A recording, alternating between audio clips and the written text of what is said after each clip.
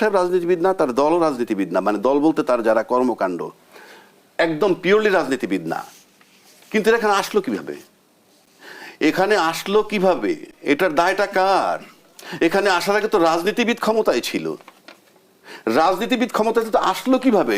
রাজনীতিবিদদের ব্যর্থতা। তার মানে এই না রাজনীতিবিদ হইলেই আপনি সব পারেন। তা নাহলে আমার দেশে যতবার সামরিক শাসন আসছে, জিয়াউর রহমানের শাসন বলেন, এরশাদ সাহেবের সামরিক শাসন বলেন, তার আগে তো সিভিল গভর্নমেন্টই ছিল। আপনি ফাঁকফোকর দিচ্ছেন কেন? আপনার একেবারে কমপ্লিট হইলে এরা ঢোকে কিভাবে? 111 আসলো কিভাবে? ইউনূস সাহেব বসলো কিভাবে? হাউ? ইউনূস সাহেবরা তো মঙ্গল গ্রহতে আসে নাই। আপনারা রাজনীতিবিদ ক্ষমতায় ছিলেন, তাহলে আপনারা রাজনীতিবিদ কি রাজনীতি করছেন যে তৃতীয় ব্যক্তি ঢুকতে পারে আর আমরা নির্বিকার তাকায় তাকায় দেখতেছি? কারণটা কি? ব্যর্থতাটা কার? টোটাল দায় রাজনীতিবিদদের।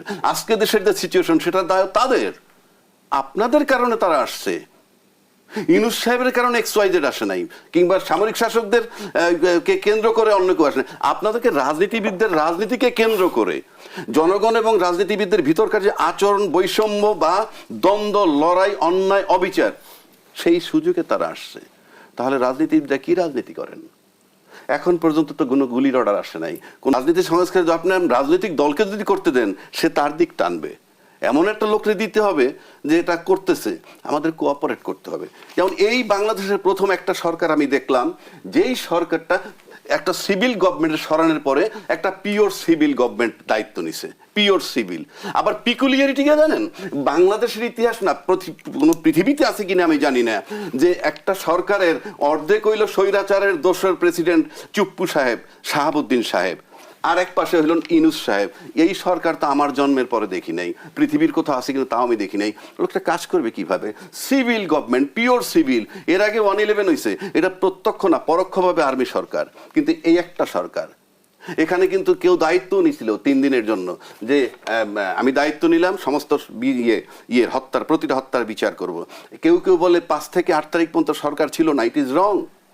সামবডি টুক দ্য রেসপন্সিবিলিটি, যে আমি দায়িত্ব নিলাম।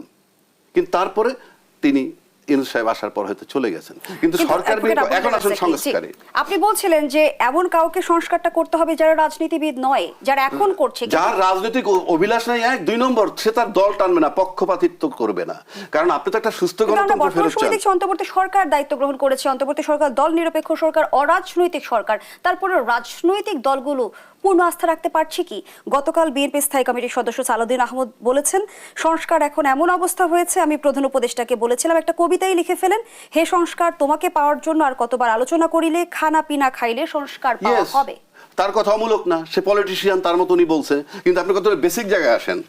সংখ্যানুপাতে আসন চাচ্ছে কেউ কেউ, আবার কেউ কেউ বলছে যে না, ওভাবে না।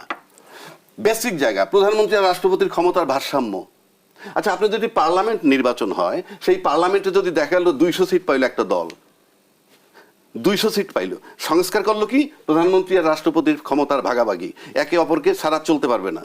কিন্তু একটা দলীয় সরকার যদি মানে ভোট করার পর যদি 200 সিট পায় একটা দল, তারপরে যদি রাষ্ট্রপতি নির্বাচন এই সদস্যরা করে, তাহলে সেই রাষ্ট্রপতি আর প্রধানমন্ত্রীর ভারসাম্যের সমস্যা মানে আর ঝামেলা মানে থাকলো কোথায়? দলীয় প্রধানমন্ত্রীও দলীয়, তাদের ভোটে যদি রাষ্ট্রপতি হয়ে যায়, তাহলে দুইজনের ক্ষমতা ভাগাভাগি করে লাভটা কি? এবং এই ক্ষমতার ভাগাভাগি যদি করতে হয়, তাহলে ইলেকট্রাল কলেজের কথা বলছে যে 70-75টা ইউনিয়ন চেয়ারম্যান সহ যদি আপনি ওই ভোটটা করেন, আপনি নিশ্চিত থাকেন। ইলেকট্রাল কলেজেও কিন্তু অনেকের আপত্তি আছে। আপত্তি থাকবেই তো করেন, কারণ আপনি আপত্তি থাকবে এই কারণে আপনি টোটাল ক্ষমতাটা কুক্ষিগত করতে হবে। কাজেই প্রধানমন্ত্রী আর রাষ্ট্রপতির ক্ষমতা যদি ভারসাম্য রাখতে চান, তাহলে তো রাষ্ট্রপতি আর প্রধানমন্ত্রী যদি একটা দলের থেকে আসে, তফাৎ কি?